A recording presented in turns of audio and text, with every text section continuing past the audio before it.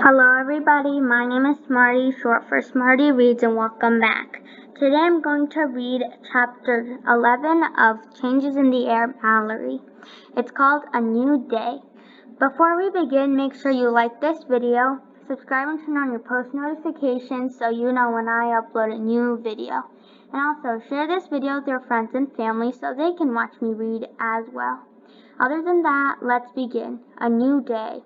I'll get it, I say when the phone rings. That's what I've said every time it's rung this morning. Now it's 11:25, and I still haven't gotten the call I've been waiting for. Do you think we should call Dr. Alvarez's office? I ask Mom for what I'm sure must be the 3,000th time. But Mom has the same answer she's had all morning, which is that Dr. Alvarez promised to call as soon as he knows something. I look at my watch and blow a piece of hair off my face. Then I stare at the phone. Ring, phone, ring. I say those words over and over again in my head like they're a magic spell that will make the phone ring. It works! The phone rings, and it's the call I've been waiting for.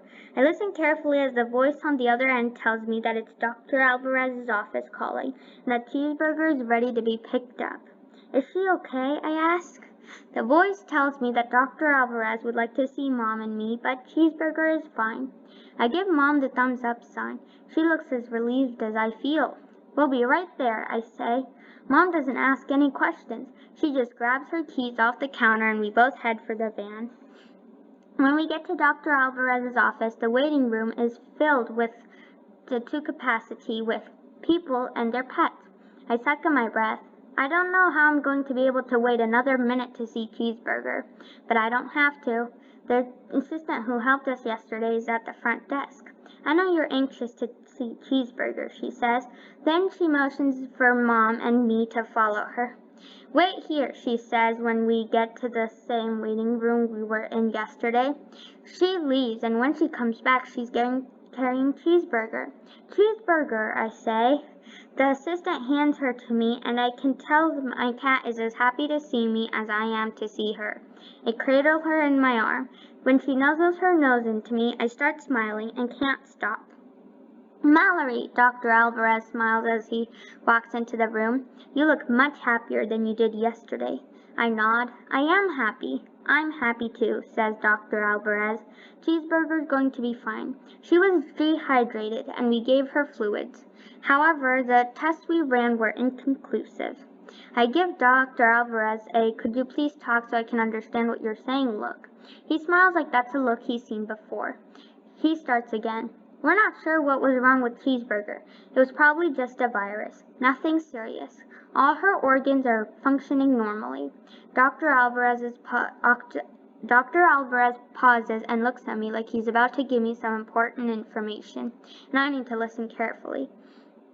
Mallory, for the next week, you'll need to give Cheeseburger lots of TLC.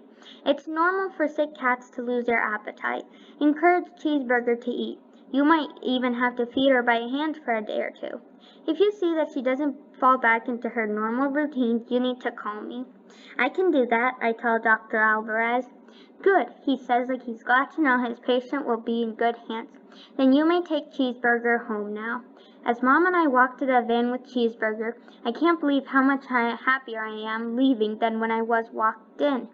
When Mom and I get home, Max and Dad are waiting for us. I tell them about what Dr. Alvarez says. Everyone looks happy, especially Champ. I think he missed Cheeseburger as much as I did. This calls for a celebration, says Dad. Why don't we go out for pizza? I shake my head. I'm not going anywhere, I tell Dad. What Dr. Alvarez said about watching Cheeseburger.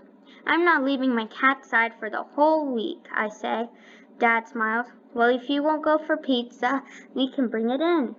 And then there's Mallory's mom, and Cheeseburger, Champ, and then Mallory's brother. I tell Dad that's a great idea. I was so worried about Cheeseburger today that I hardly ate a bite. I'm starving, I say. Dad laughs. When he leaves to get the pizza, I carry Cheeseburger to the kitchen. I put a little bit of her food into a small bowl. I sit down with her in my lap and feed her one piece at a time. When she's done eating, she purrs like she's happy. I pick her up and carry her to the couch. I put her down beside me. She closes her eyes and I rub her back while she sleeps. When the doorbell rings, Cheeseburger's eyes fly open. "Mallory, that must be Dad with the pizza," says Mom. "Can you please open the door for him?" "Sure," I say and spring off the couch.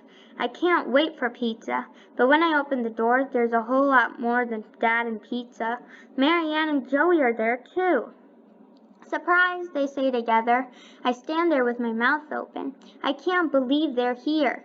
"Your mom called Colleen and told her how your visit to the vet went," Joey explains. "Colleen was going to bring us over to see you." Mary Ann picks up where Joey leaves off. "But your mom said she would text your dad who went to get pizza and he would come pick us up." She grins. "We thought Cheeseburger should have a homecoming party, so here we are." Now it's my turn to grin. It's nice to know that even though my best friends don't live next door anymore, they're still here when I need them. Dad looks at all of us and smiles. "Pizza time," he says. We follow Dad into the kitchen. Then there's everyone there. I say as I bite into a slice of pepperoni pizza.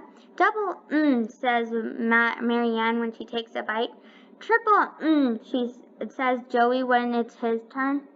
Max rolls his eyes at us like we're all annoying and babyish, but I can tell he's in a good mood too. My family and friends are as happy as I am that Cheeseburger is okay.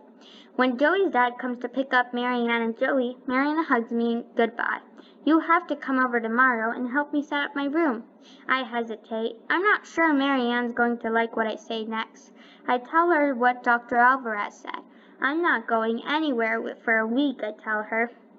Mary Ann groans like that's terrible news. But to me, it's not so terrible.